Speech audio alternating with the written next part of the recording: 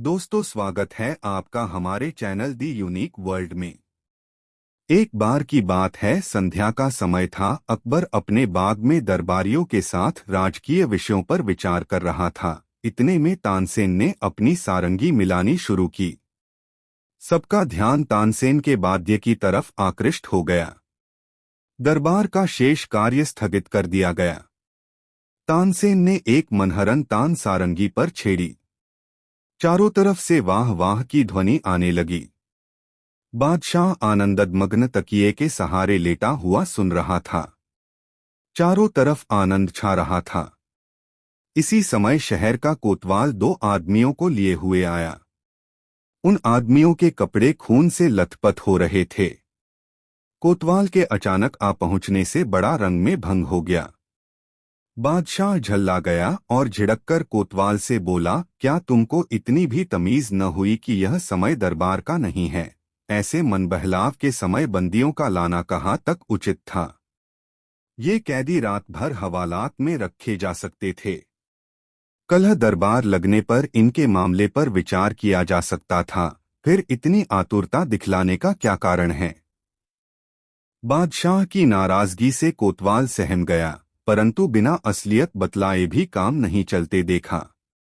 कुछ सोच समझकर उसने कहा, गरीब परवर, इसमें संदेह नहीं कि मैं इनको सुबह लेकर हाजिर हो सकता था, परंतु इनका मामला बड़ा बेढंगा है, जिस कारण मुझको विवश होकर इसी समय आना पड़ा। उससे ऐसा सुनकर बादशाह कुछ शांत होकर बोला, अच्छी बात है, इनका अभियोग सुनाओ। कोतवाल ने कहा, आज जब मैं नगर में गश्त लगाते हुए व्यापारियों की मंडी में पहुंचा तो क्या देखता हूं कि एक जगह बहुतेरे आदमियों की भीड़ लगी हुई है। जब वहां गया तो इस अपरिचित मनुष्य को इस नगर व्यापारी से मार पीट करते देखा।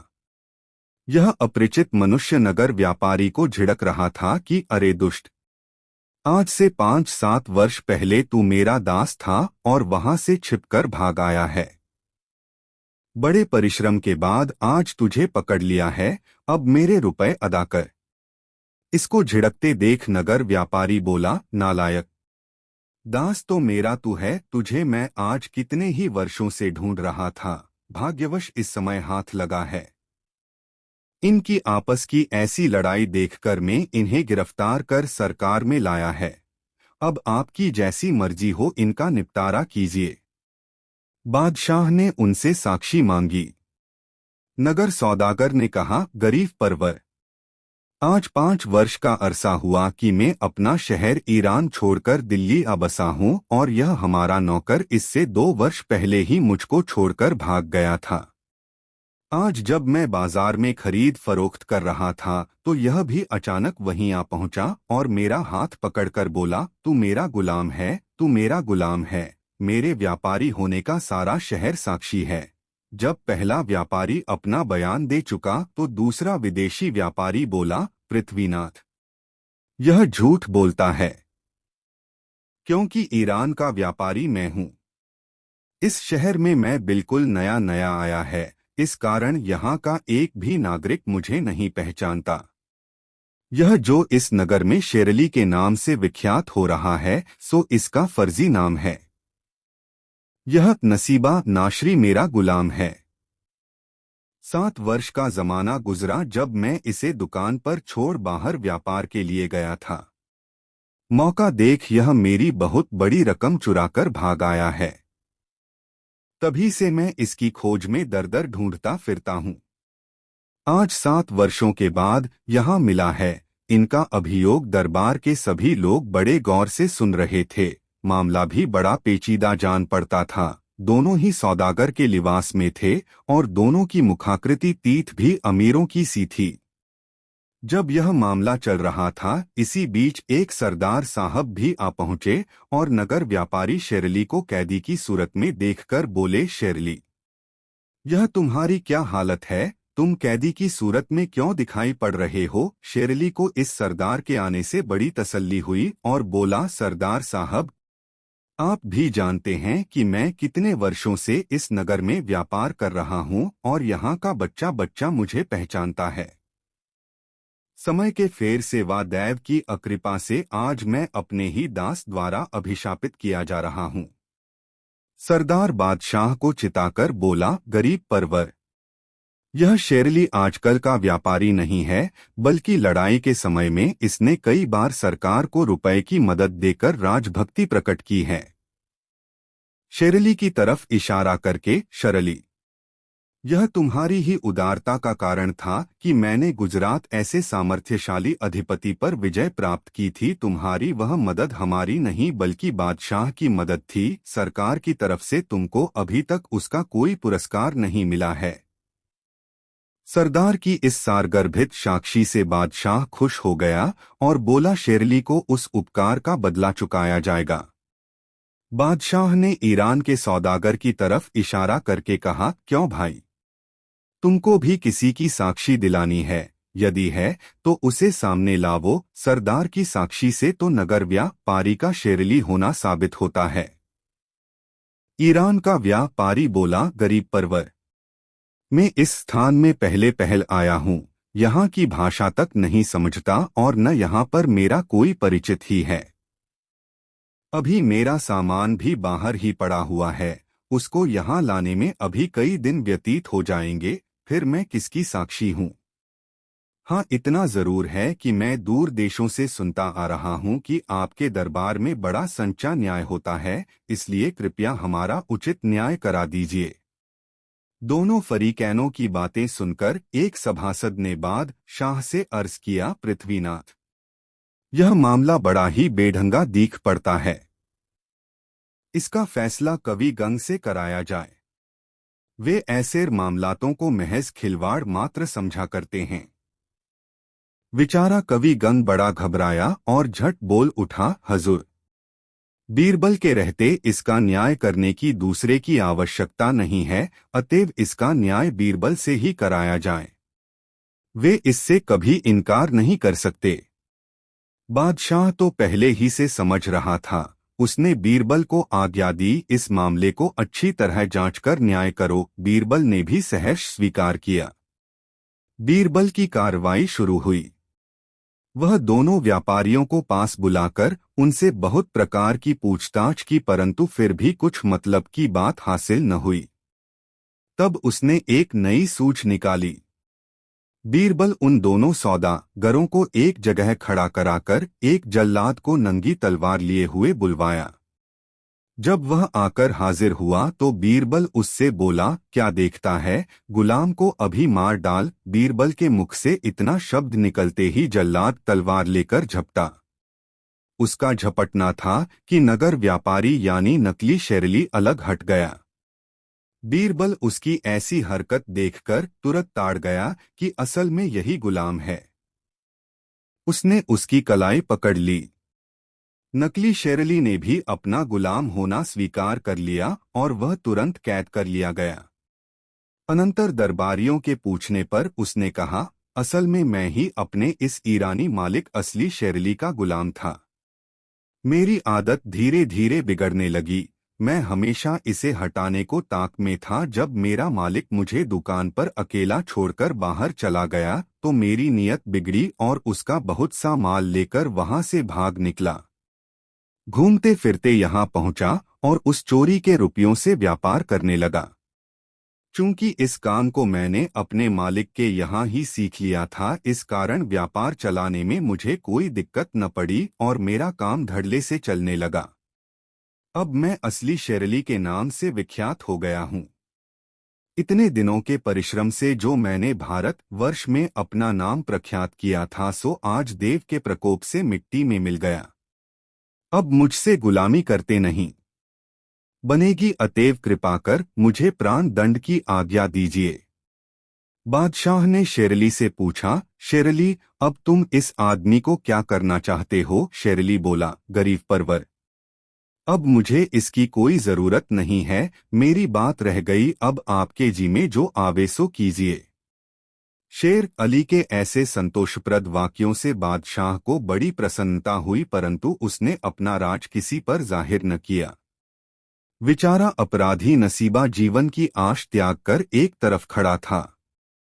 बादशाह उसकी तरफ लक्ष्य कर बोला, नसोबा, तुम्हारा अपराध प्राणदंड पाने के योग्य है, परंतु तूने मेरे साथ उपकार किया है और मैंने अभी तक तुझे उसका कुछ बदला नहीं चुकाया है। अतएव तुझे जीवन दान देता हूँ और पुरस्कार में तुझे दरबार का एक काम सौंपता हूँ। अब तुम उसी काम के सहारे से अपना जीवन निर्वाह करो।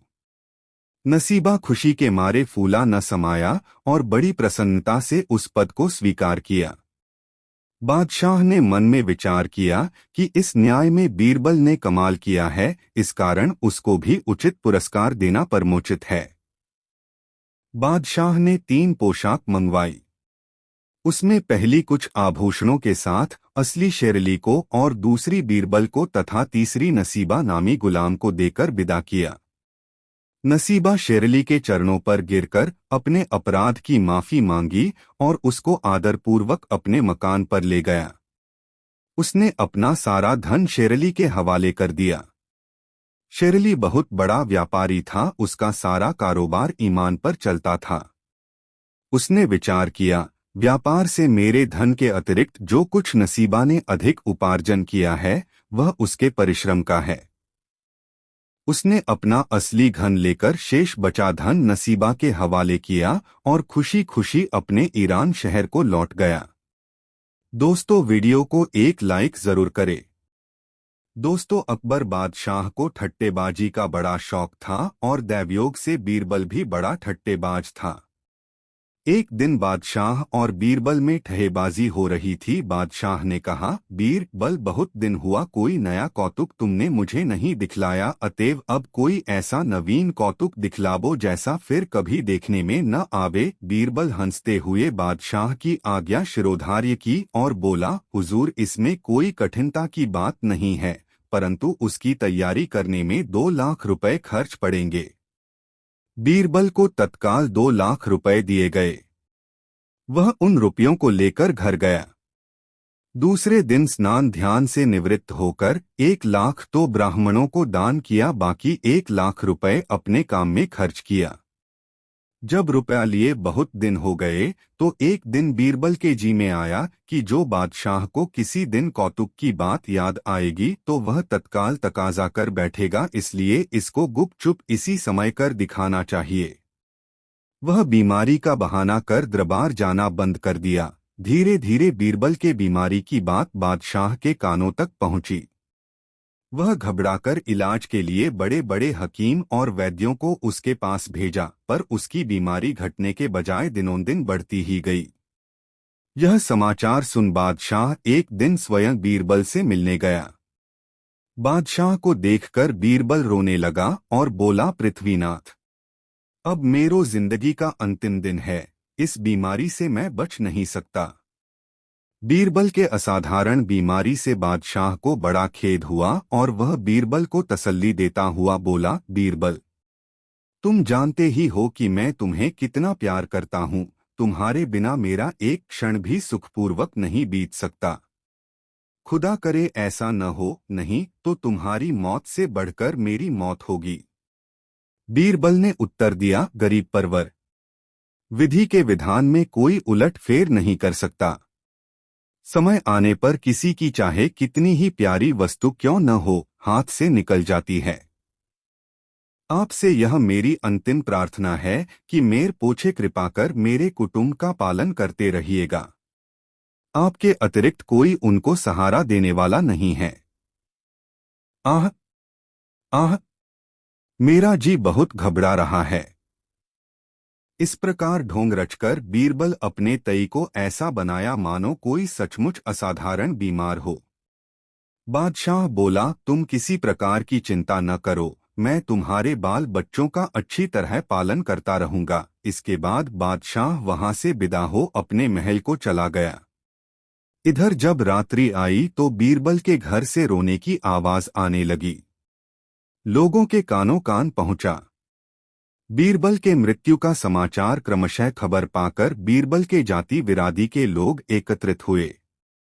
सर्वसम्मति से उरद का एक पुतला बनाकर उसके साथ कुछ रिश्ते के लोग स्मशान पहुंचे और उसे चिता पर विधिवत रखकर उसमें आंख लगा दी। इधर बीरबल तहखाने की एक कोठरी में छिप रहा और अपने घर के लोगों से सख्त मनाही कर दी कि उसके छिपने का हाल किसी पर विदित न हो।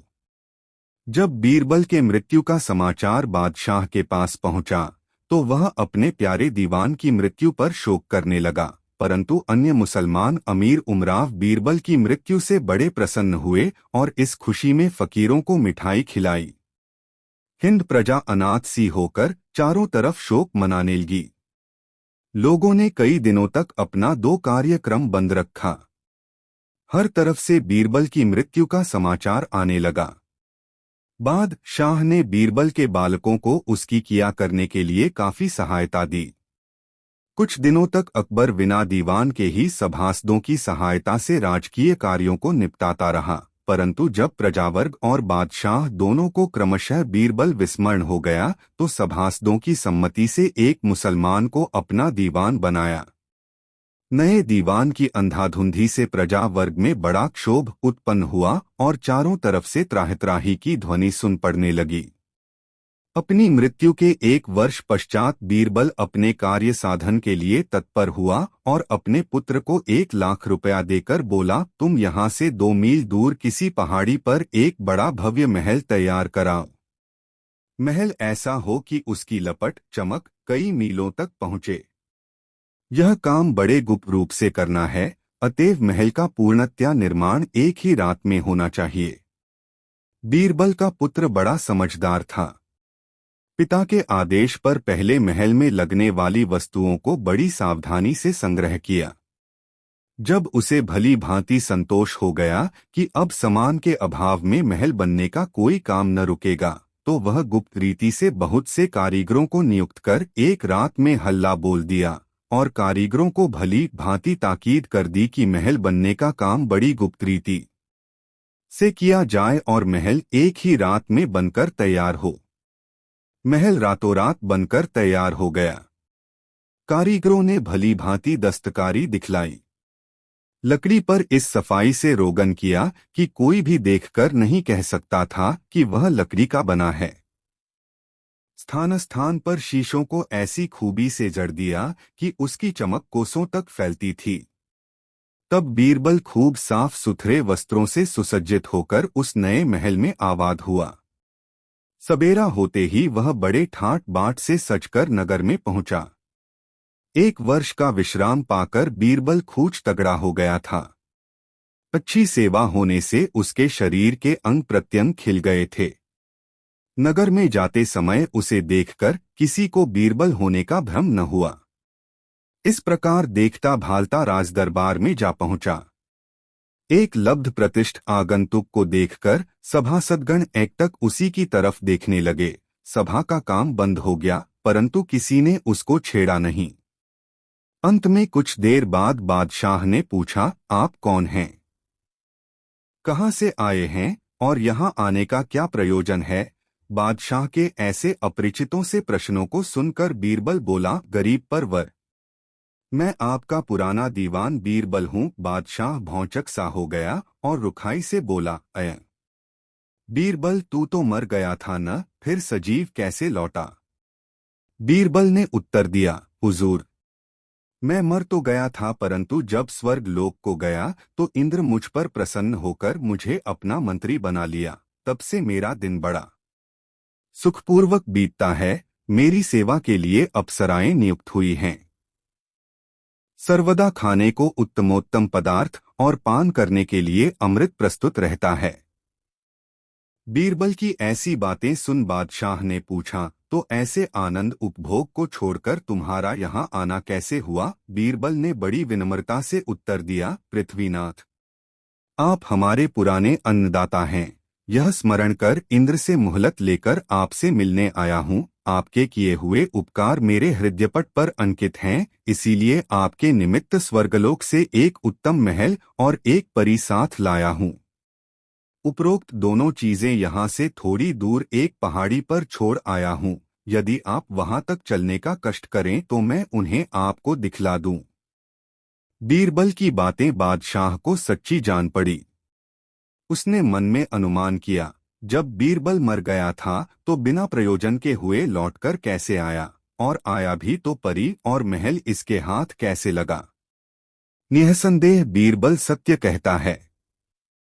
उन चीजों की परीक्षा के लिए नए दीवान और कुछ अन्य प्रतिष्ठित लोगों को उसके साथ भेजा। बीरबल सबके साथर चलकर उस पहाड़ी के समीप जा पहुंचा और उन लोगों को दूर से अंगुली का इशारा करके बोला, देखो वह 7वें खंड पर बैठी हुई परी हम लोगों की तरफ ध्यानपूर्वक देख रही है। अधिक आदमियों को एक साथ अपने ही तरफ आते देखकर उसे ताज्जुब हो रहा है, उसका चंद्रमुख कैसा चमक रहा है। उसकी बिखरी लटें क्या ही काली नागिन के समान लपलपा रही हैं। आदि आदि कई प्रकार के चकमे देकर बड़ी मुलायमी से पूछा, क्यों वे सब बातें अब तक आप लोगों को दिखलाई पड़ी वा नहीं? यदि न दिख पड़ती हा तो अभी मौका है, उन्हें भली भांति देख लें। ये सब बातें आप लोगों को बादशाह से कहनी पड़ेंगी, फिर किसी प्रकार होला हवाली करने से काम न चलेगा। बीरबल के साथ एक से एक सुप्रतिष्ठित नागरिक और दरबारी भेजे गए थे। वे ऐसी कौतूहल भरी वार्ता सुन मन में कहने लगे, हो न हो यह बीरबल प्रेत होकर आया हो, क्योंकि सिवा महल के इसकी बतलाई एक बात भी हमें नहीं दिख पड़ती।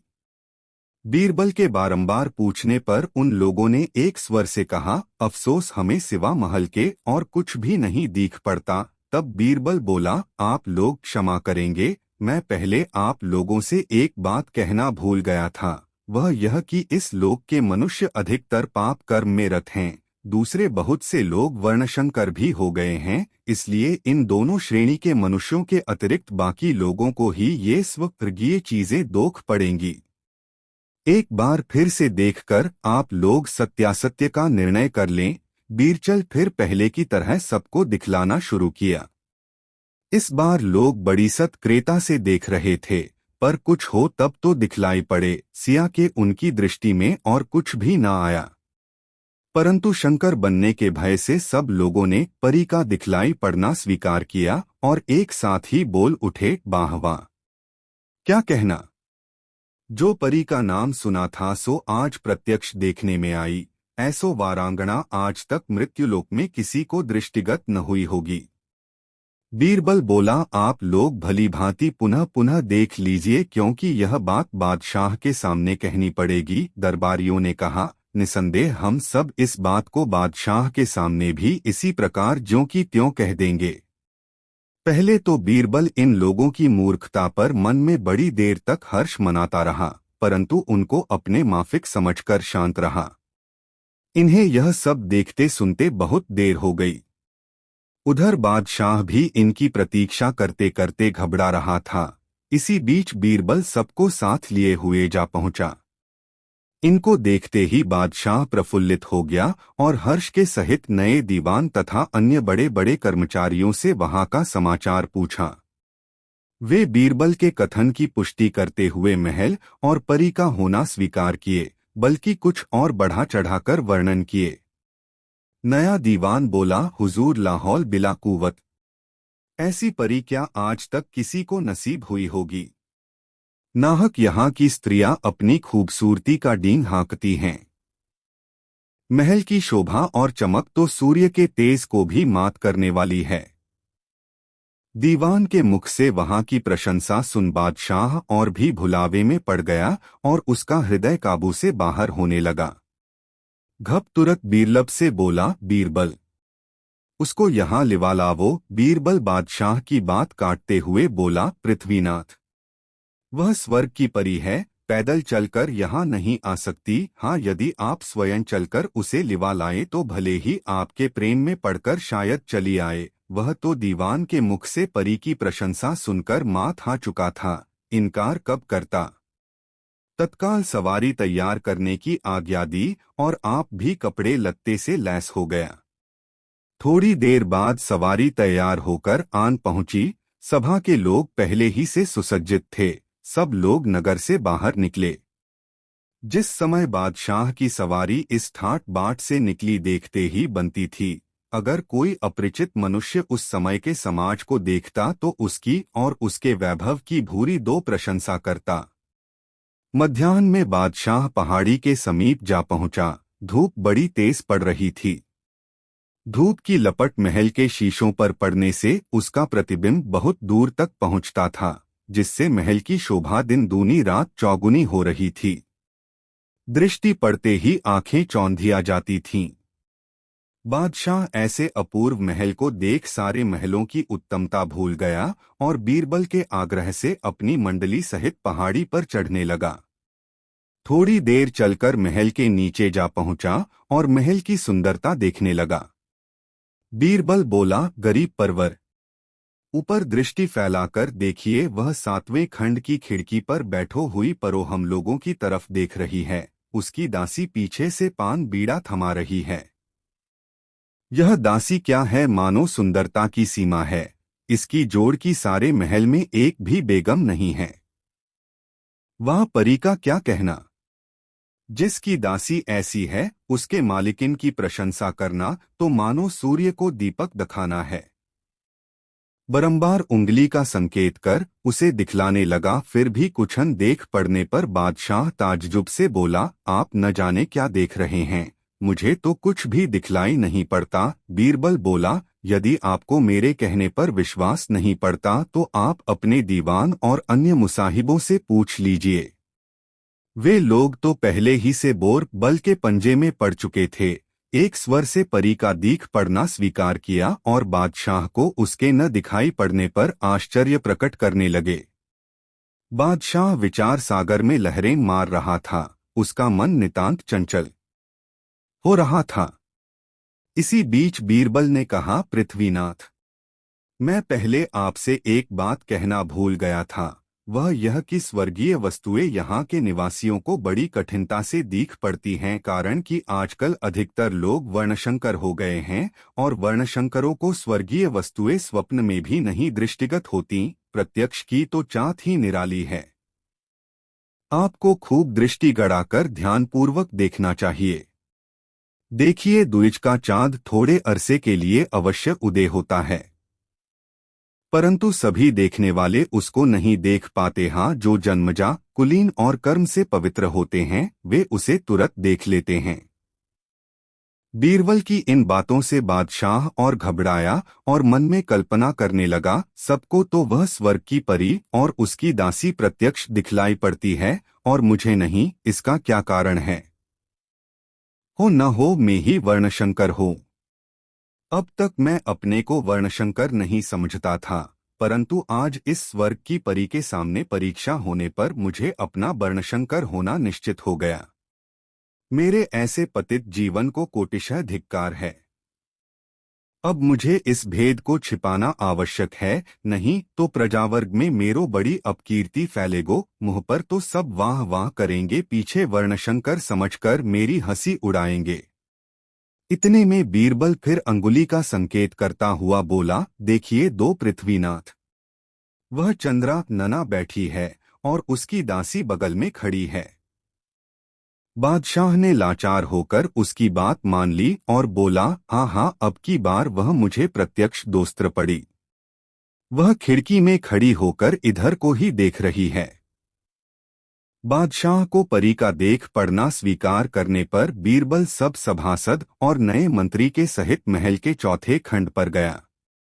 वहां पर पहले से सुलायम कोच और मखमल की तकिया सुसज्जित रखी जा चुकी थी। बीरबल बादशाह को कोच पर बैठाकर उनसे गपाष्टक मारने लगा, पर यह बात बादशाह को पसंद नहीं आती थी। उसका अंत तो परी के देखने में लगा था। वह तत्क्षण बादशाह के मन की बात ताड़ गया। जल्दी में फूल और इत्र तथा गुलाब जल से सबका स्वागत कर बोला, गरीब परवर, आप और आपके साथी मृत्यु लोक के वस्त्राभूषणों को धारण किए हुए हैं और ये सब नश्वर हैं। मैं सबको स्वर्गीय वस्त्र देता हूँ, कृपया उसे धारण कर इहलोक और परलोक दोनों का सुख अनुभव करें। ये कपड़े मैं पहले ही से अपने साथ लेता आया हूँ और ये कभी नष्ट होने वाले भी नहीं हैं। भला बीरबल के चकमे से कौन निकल सकता था। बादशाह के स्वीकार करते ही सब लोग अपने कपड़े उतार दो कर अलग घर दिए और बीरबल के दिए कपड़ों को धारण करने पर उद्यत हुए। बीरबल कुछ सोच विचार कर बादशाह को तो असली वस्त्र पहनाया, परंतु दीवान आदिकों को इतना ही कहकर रह गया कि इन स्वर्गीय कपड़ों को पहन लीजिए। नए दीवान ने अपनी आंखों के सामने कोई वस्त्र न देखकर मन में सोचा, ऐसे कपड़े पहनने का अर्थ तो अपने को नग्न करना है। परंतु बीरबल की बात नामंजूर कर वर्णशंकर कौन बने, इस बेइज्जती से तो नग्न होकर रहना ही अच्छा है। उसके बदन पर केवल पाजामा शेष था, उसे भी उतार कर अलग फेंक दिया और ऐसा ढोंग बनाया मानो लोगों के देखने में स्वर्गीय कपड़े ही पहन रहा हो। फिर कपड़े पहने हुओं के समान ऐंड कर अपनी जगह पर नंग घड़ंग जा बैठा। उसके बदन पर यदि एक लगोट न रह गया होता तो गुप्तेंद्रियां भी प्रकट दिखलाई पड़ने लगीं। दीवान का ऐसा भेष देखकर लोगों का हंसी आने लगी, परंतु समय हंसने के विपरीत था, इसलिए लोगों ने उसे प्रकट नहीं होने दिया। हंसकर वर्णशंकर बनना किसी को मंजूर नहीं था। भाई तू भी चुप, मैं भी चुप। नए दीवान के नश हो जाने पर बीरबल ने बारी बारी सबको नग्न कर दिया। क्या कहना था, दरबार का दरबार नगोटिया हो गया। बादशाह मन ही मन आन की तान सोचता रहा। अंत में उसकी हृदय तंत्री बोली, भाई स्वर्गीय चरित्र बड़े ही अद्भुत हैं। तब बादशाह ने बीरबल से पूछा, क्यों साहब, अब तक लोग स्वर्गीय पोशाक पहन चुके वा नहीं? बीरबल ने उत्तर दिया, जी हाँ, अब सब लोग एकदम कपड़े लत्ते से लैस हैं, परंतु एकाएक वहाँ परी के पास सबको न लिवा चलकर पहले में उसकी अनुमति ले लेना उत्तम समझता हूँ। आप लोग यहीं ठहरे, मैं उसकी स्वीकृति लेकर तत्काल लौट आता हूँ। बीरबल बगल के एक कमरे में भीतर से सिटकुना बंद कर छिप रहा। कुछ समय बिताकर बाहर निकला और बादशाह से प्रार्थना कर बोला, गरीब परवर, परी की ऐसी अनुमति है कि यह दिन का समय है, इस वक्त सब लोग वापस जावे रात्रि में मुझसे मिल सकते हैं। उसने एक बात और भी कहा है, अपने मालिक से बोलना कि मुझे इस पहाड़ों की आबहवा बड़ी सुहावनी और निरोग जान पड़ती है, इसलिए कुछ दिनों तक मेरा यहीं रहने का विचार है। मैं पहले से बादशाह की हो चुकी हूँ, तदर्थ किसी न किसी दिन उनसे अवश्य मिलूंगी। इस समय बादशाह के साथ और बहुत से लोग आए हुए हैं, मैं उनके सामने नहीं मिल सकती। स्वर्गीय परी का ऐसा संदेशा सुनाकर बीरबल फिर बोला, पृथ्वीनाथ, मुझे भी मुनासिब यही जान पड़ता है। हम लोग उसकी मर्जी के अनुसार चलें, नहीं तो यदि हमारे व्यवहारों से ऊबकर कहीं वह रुष्ट हो गई तो फिर बना बनाया काम बिगड़ जाएगा। इस समय लौट ही चलना बुद्धि मानी है। कोई उपाय कार्यान्वित होते न देख बादशाह लाचार होकर मनगढ़ंत परी की आज्ञा पालन करता हुआ नगर की तरफ चला। आगे दो बीरबल, उसके पोछे बादशाह और सबके पीछे कतार से अन्य लोग चल रहे थे। बीरबल और बादशाह तो कपड़े पहने हुए थे, लेकिन पीछे वाले सब नग्न शरीर केवल एक लगोटी पहने हुए थे। बादशाह विमुख लौटने के कारण बड़ा दुखी था, लेकिन चूंकि परी ने रात को उससे मिलने का वादा किया था, इससे भीतर भीतर कुछ धैर्य भी बंधा हुआ था। इस प्रकार सबको लिए हुए बीरबल नगर में पहुंचा। शहर के रईसों को यो नंगधंग घूमते देख नागरिकों को हंसी आने लगी। यह दल लिए हुए बीरबल जिस गली से होकर जाता, वहां के लोग इनको देखकर हंस पड़ते। जब इनसे रहा न गया तो नागरिकों को डांटकर बोले, तुम लोग बड़े मूर्ख हो जो हमको देखकर हंस रहे हो। तुम्हें मालूम नहीं कि बीरबल हमको स्वर्गीय आनंद लुटा रहा है। हमारे इन पवित्र वस्त्रों को मृत्युलोक निवासी देख नहीं सकते, इसो से तुम मुझे नग्न देख रहे हो। नगर निवासी निरे भोंदू नहीं थे, उनमें भी एक से एक धुरंधर विद्वान थे। आपस में बोले हो न हो, यह सब बीरबल के ही बहकावे में आ गए हों। तुम लोग जानते हो कि बीरबल को मेरे आज कई वर्षों का समय बीत गया, फिर बीरबल कहाँ से आ पहुंचा। यह बात सबको स्मरण होगा कि एक समय बादशाह ने बीरबल से एक अजीब तमाशा दिखलाने को कहा था, जिस कारण इतने दिनों तक गुप्त रहकर आज बादशाह को अजीब तमाशा दिखलाता हुआ आ रहा है। सब नागरिकों ने इस बात को स्वीकार किया और सब बीरबल की बुद्धिमानी पर और जोर जोर से हंसने लगे। नागरिकों के ऐसे हास्य और भाषण को सुनकर नग्न अमीरों के कान खड़े हो गए, परंतु फिर भी वे बीरबल की सारी बातें सच्ची मानकर नगर वासियों की उपेक्षा करते हुए महल की तरफ चले। बीरबल अपने दल के सहित सारे नगर में घूमता फिरता शाही दरबार में जा पहुंचा। सब लोग जगह बा जगह खड़े हो गए, परंतु वीर चल बादशाह को सबसे अलग ले गया और तब एकांत में अपना दोनों हाथ जोड़कर बोला, पृथ्वीनाथ, यदि मेरे अपराधों की माफी मिले तो मैं कुछ निवेदन करूं। बादशाह ने कहा, अच्छा कहो, तुम्हें माफी दी जाएगी। तब बीरबल बोला, हुजूर को स्मरण होगा कि एक समय वर्ष के भीतर मुझे एक अजीब तमाशा दिखलाने को श्रीमान ने हुक्म दिया था और यह भी वचन दिया था कि उस अजीब तमाशा के दिखलाने में मुझसे की गई गुस्ताखियां भी माफ कर दी जाएंगी। उसी के मुवाफिक हुजूर को यह नया तमाशा दिखलाया गया है। कभी आपको इस प्रकार की नग्न सभा देखने में न आई होगी और न फिर भविष्य में देखने ही सकेंगे, यही इसका अंत है। पृथ्वीनाथ, कहीं मरा हुआ आदमी भी लौट कर आ सकता है। भला स्वर्ग की परी यहां क्यों कर आवेगी?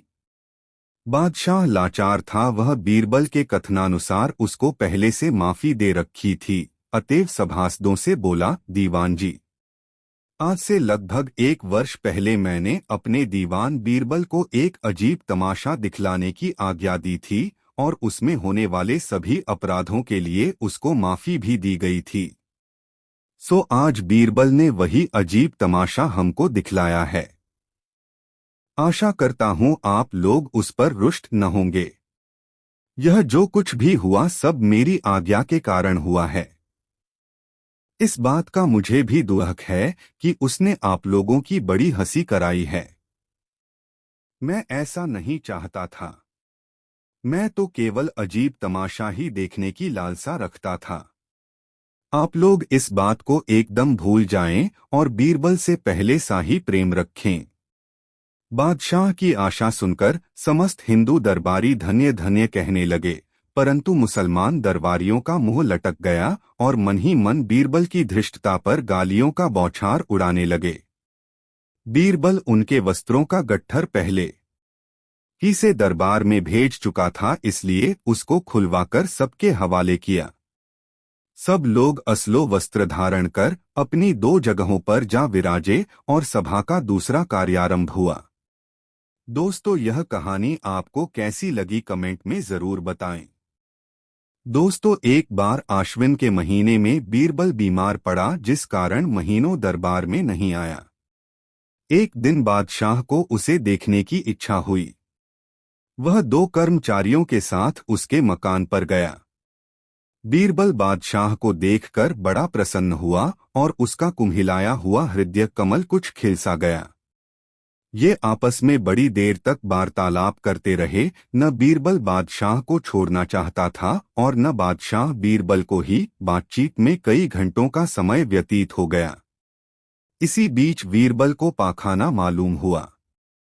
ऐसी विवशता के कारण वह बादशाह से कुछ देर की मोहलत लेकर बगल की एक कोठरी में पाखाना फिरने गया। इस बीच बादशाह केजी में बीरबल के बुद्धि परीक्षा की बात समाई। उसने ख्याल किया कि बीरबल महीनों से बीमार है, शायद उसकी चतुरता में कुछ कमी पड़ गई हो। जानना चाहिए कि अब यह कितना चतुर रह गया है। नौकरों द्वारा उसके पलंग के चारों पायों तले 4 कागज के टुकड़े रखवाकर खामोश रहा। थोड़ी देर बाद बीरबल पाखाने से लौटकर आया और अपनी पलंग पर लेट रहा। बादशाह उसकी परीक्षा के अभिप्राय से इधर उधर की बातें छेड़कर उसे भुलावा देने लगा। बीरबल एक तरफ बादशाह की बातें सुनता जाता था, दूसरी तरफ किसी चीज की खोज में व्यस्त था। वह ऊपर नीचे इस प्रकार से देख रहा था मानो किसी चीज का अनुसंधान कर रहा हो। बादशाह ने उसकी उसक पुसक का कारण पूछा। बीरबल ने कहा, पृथ्वीनाथ, जान पड़ता है कि यहाँ पर कुछ रक्को बदल हो गया है। वे अनजान सा मुंह बनाकर बोले, क्या रक्को बदल हुआ है? बीरबल ने उत्तर दिया, मुझे मालूम होता है कि या तो इस मकान की दीवार कागज भर नीचे को दब गई है व मेरी पलंग एक कागज ऊंची हो गई है। बादशाह ने कहा, हाँ हाँ, अक्सर देखा जाता है कि बीमारी की दशा में निर्बलता के कारण लोगों के दिमागर्म तुम्हारे समान ही फितूर आ जाता है, परंतु दरअसल में वह बात ठीक नहीं रहती। बीरबल ने उत्तर दिया, पृथ्वीनाथ, ऐसा नहीं हो सकता। मैं बीमार हूँ तो मेरी बुद्धि बीमार नहीं है। बादशाह बीरबल की पहले ही सी चतुरता देखकर बड़ा प्रसन्न हुए और उससे असली भेद प्रकट कर दिया। दोस्तों, वीडियो को एक लाइक जरूर करें। दोस्तों, एक दिन मनोरंजन के समय बादशाह के मन में यह बात आई, संसार में मुओं की संख्या तो अमित है, परंतु मैं ऐसे 4 मूर्ख देखना चाहता हूँ जिनकी जोड़ के दूसरे न हो। उसने बीरबल से कहा, बीरबल, 4 मूर्ख इस ढंग के तलाश करो कि जिनकी जोड़ के दूसरे न मिलें। वह बादशाह की आज्ञा मानकर नगर से बाहर निकला। ढूंढने वालों को क्या नहीं मिल सकता, केवल संची लगन होनी चाहिए। कुछ दूर जाकर बीरबल को एक आदमी दिखलाई पड़ा जो थाली में पान का एक जोड़ा बीड़ा और मिठाई लिए हुए बड़े उत्साह से नगर की तरफ जल्दी दो भागा जा रहा था। बीरबल ने उस आदमी से पूछा, क्यों साहब, यह सब सामान कहाँ लिए जा रहे हो जो आपका पैर खुशी हाली के कारण जमीन पर नहीं पड़ता? आपके मर्म को जानने की मुझे बड़ी इच्छा है, अतएव थोड़ा कष्ट कर बतलाते जाइए। उस आदमी ने पहले तो इस ख्याल से कुछ हीला हवाली किया कि कहीं उचित समय पर पहुंचने में देर न हो जाए, परंतु जब बीरबल ने उसे छेड़कर कई बार पूछा तो वह मटक कर बोला, यद्यपि मुझे विलंब हो रहा है, परंतु आपके इतना आग्रह करने पर बतला देना भी जरूरी है। मेरी औरत ने एक दूसरा खसम कर लिया है, उससे उसे लड़का पैदा हुआ है, आज बरही है। मैं उसी का बधावा लिए हुए न्योते में जा रहा हूँ। बीरबल ने उसे अपना नाम बतलाकर रोक लिया और बोला, तुझे मेरे साथ बादशाह के पास चलना पड़ेगा, जब मैं छुट्टी दूंगा तब जाना। वह बीरबल का नाम सुनकर डर गया और लाचार होकर उसके साथ हो लिया। वह उसको साथ में लेकर आगे बढ़ा। दैवयोग से रास्ते में एक घोड़ी सवार मिला। वह आप तो घोड़ी पर सवार था परंतु अपने सिर पर घास का बंडल ढो रहा था।